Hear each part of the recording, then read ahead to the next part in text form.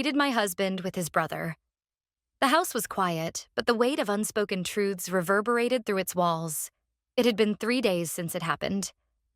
3 days since I crossed a line I swore I never would. My husband Daniel had left early that morning for a work trip, a last-minute opportunity he was excited about, and one I had encouraged with a smile that now felt like a lie. I sat at the kitchen table, my hands wrapped around a cup of coffee that had long gone cold. My thoughts swirled like the untouched cream still drifting in the cup.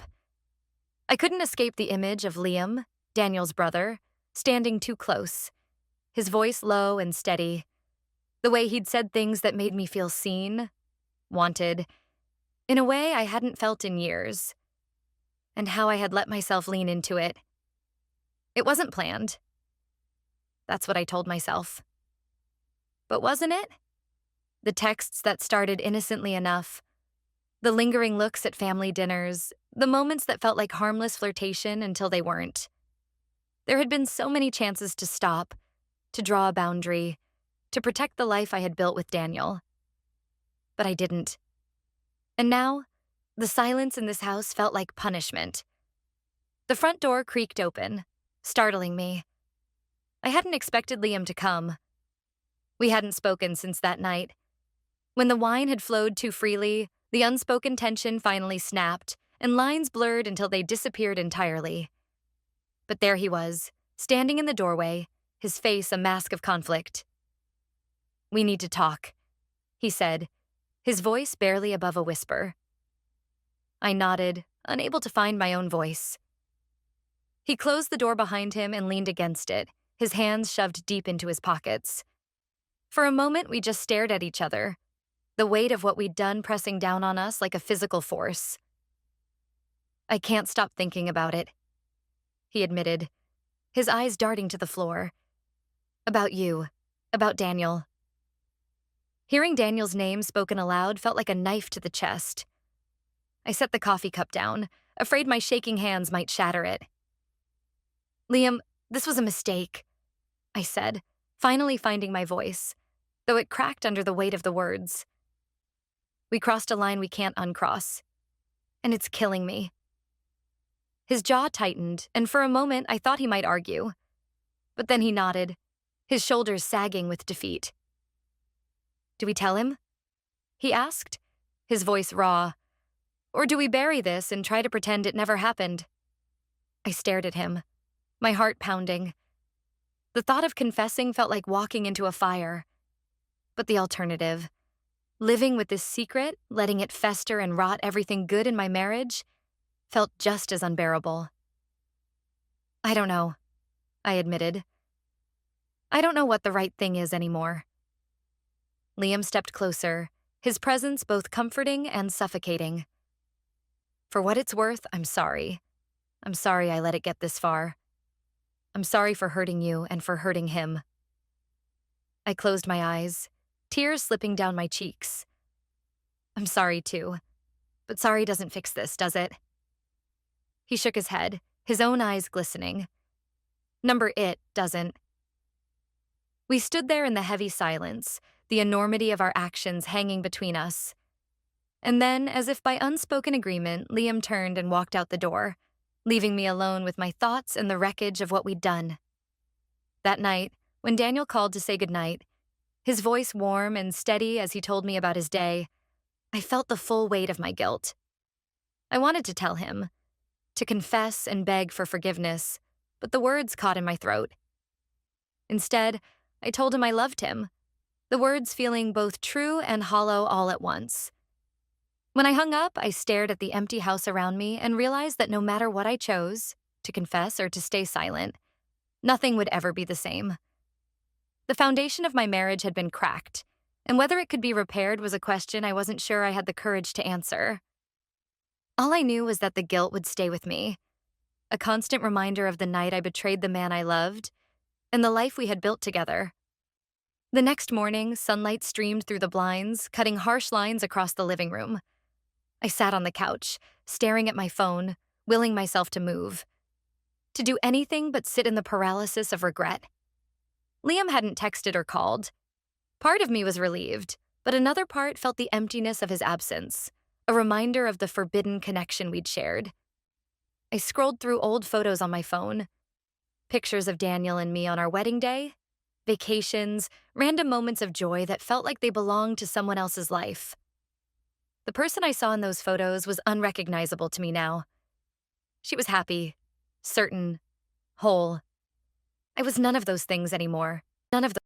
The sound of the doorbell jolted me out of my thoughts. My heart leapt into my throat as I stood, half expecting Liam to be on the other side. But when I opened the door, it was Daniel, his suitcase at his feet, a weary smile on his face. "Surprise," he said, stepping inside and wrapping me in a hug. "The trip got cut short. I couldn't wait to get home." I froze in his arms, my guilt roaring to the surface like a tidal wave. He pulled back, his brow furrowing as he studied my face. "Everything okay?" he asked, concern lacing his voice. I forced a smile, my stomach twisting in knots. "Yeah, just surprised to see you. I thought you'd be gone all week." He smiled again, oblivious to the storm raging inside me. "Well, I'm here now. Let's spend the day together. Just you and me." I nodded, swallowing the lump in my throat. As he carried his suitcase upstairs, I stood frozen in place, the weight of my secret threatening to crush me. I knew I couldn't keep this from him forever. But for now, I chose silence, even as the guilt gnawed away at me, piece by piece. That evening, Daniel suggested a walk through the park. The air was crisp, the fading sunlight painting everything in hues of orange and gold. We walked in silence for a while, hand in hand, as though nothing had changed. But everything had. "You've been quiet," Daniel said suddenly, glancing at me. "Is there something on your mind?" I hesitated, my heart pounding. This was it. Another chance to tell him, to unburden myself and face whatever consequences came next. But the words wouldn't come. Instead, I shook my head. "Just tired," I lied, forcing a small smile. "It's been a long few days." Daniel squeezed my hand, his expression softening. "I get it. Work's been crazy, and I know I've been gone a lot lately. I'm sorry for that." Guilt stabbed at me again, sharp and unrelenting. He was apologizing to me, completely unaware of the betrayal I'd committed. It felt like a cruel twist of fate. As we continued our walk, I found myself watching Daniel more closely. The way he smiled at a passing dog, the way he held my hand firmly, protectively. He wasn't perfect, but he was good. And he deserved better than this. Better than me. When we got home, Daniel started making dinner, humming softly to himself as he moved around the kitchen. I sat at the counter watching him, the weight of my secret pressing harder with every passing moment.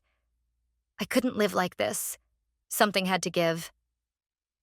"Daniel," I said, my voice barely above a whisper. He turned to me, wiping his hands on a dish towel, his face open and curious. "Yeah?" My throat felt dry, my heart pounding so loudly I was sure he could hear it. I opened my mouth to speak, but the words refused to come out. Instead, I shook my head, tears welling in my eyes. "Hey," he said softly, stepping closer and placing a hand on mine. "Whatever it is, you can tell me." I looked up at him, my vision blurred by tears. "I'm sorry," I whispered, the words heavy with meaning he couldn't yet understand. His brow furrowed in concern. "Sorry for what?" Before I could answer, the doorbell rang, shattering the moment. Daniel glanced toward the door, then back at me. "Hold that thought," he said, giving my hand a reassuring squeeze before walking away. I sat frozen, my heart in my throat as I listened to the sound of the door opening. A voice I recognized all too well drifted into the kitchen, sending a jolt of panic through me. "Liam, what are you doing here?" Daniel asked, his tone a mix of surprise and confusion. I stood abruptly, my legs shaky beneath me. Liam's voice was calm but strained. "We need to talk," he said, And I knew in that moment that the fragile facade I'd been, I stepped into the hallway, my heart pounding as Daniel turned to look at me. His eyes flicked between me and Liam, confusion beginning to twist into something darker. "What's going on?" Daniel asked, his voice sharp with suspicion. Liam glanced at me, his face pale and drawn. He looked like he was about to speak, but the words caught in his throat. My stomach twisted. This was it. There was no more running, no more hiding. "Daniel," I started, my voice trembling. "I need to tell you something, and you're not going to like it." The silence that followed was suffocating. Daniel's brow furrowed, his gaze narrowing as he crossed his arms over his chest. "What is it?" he demanded, his voice steady but tinged with unease. I took a deep breath, my hands trembling as I gripped the edge of the counter for support. "Liam and I," my voice cracked. "We crossed a line. It was one night and it was a mistake. One I regret more than anything in my life." For a moment, Daniel didn't move. His expression was unreadable, his eyes locked on mine. Then slowly, the weight of my confession sank in. "You're kidding," he said, his voice low and cold. "I'm not," I whispered, tears streaming down my face. "I'm so sorry, Daniel. It didn't mean anything, I swear it didn't." "It didn't. Didn't mean anything?" His voice rose, sharp and incredulous. "You betrayed me? With him, and you're saying it didn't mean anything?" Liam tried to step in, his voice calm but desperate. "Daniel, it's my fault. I shouldn't have—" "Don't," Daniel snapped, his glare cutting Liam off. "Don't you dare try to make this easier for her, or for yourself." The tension in the room was unbearable. Daniel turned back to me, his face a mix of anger and heartbreak. "How long were you planning to keep this from me? Or were you just going to let me keep living a lie?" "I wanted to tell you," I said, my voice breaking. "But I was scared. Scared of losing you." He laughed bitterly, the sound hollow and filled with pain. "You were scared of losing me? You already did the moment you chose to betray me."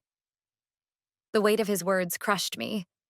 Liam stood frozen, his guilt written all over his face. But Daniel didn't even look at him anymore. All his attention was on me, and the devastation I had caused. Finally, Daniel shook his head, stepping back toward the door. "I need to get out of here. I can't even look at either of you right now." "Daniel, wait," I pleaded. But he was already gone, the door slamming behind him. Liam stayed for a moment, his hands shoved deep into his pockets. "I'm sorry," he said quietly, though the words felt meaningless. "Just go," I whispered, unable to look at him. When he left, the silence that filled the house was deafening. I sank to the floor, my body racked with sobs as the reality of what I'd done set in. The days that followed were a blur of pain and regret. Daniel didn't come home, and he didn't return my calls or texts. Liam reached out once, but I ignored him. I couldn't face him, or anyone else. Weeks later, I received a letter from Daniel. It was short, but every word felt like a dagger to the heart. "I can't do this," it read. "What we had is broken, and I don't think it can be fixed. I need to move on, and I hope someday you can too." That was the last I heard from him. Months passed, and I began trying to piece my life back together. Therapy helped me understand the choices I had made and the damage I had caused, but it didn't make the guilt go away. It didn't bring Daniel back. The house felt emptier than ever, a constant reminder of the love I had lost. I often thought about that night, replaying it over and over in my mind, wondering what might have been if I had made a different choice. But there was no going back. The past was set, and all I could do was live with the consequences. I didn't know if Daniel would ever forgive me. I wasn't sure I'd ever forgive myself. But I knew one thing for certain. I would carry the weight of that betrayal with me for the rest of my life. A painful reminder of the moment I let everything slip away.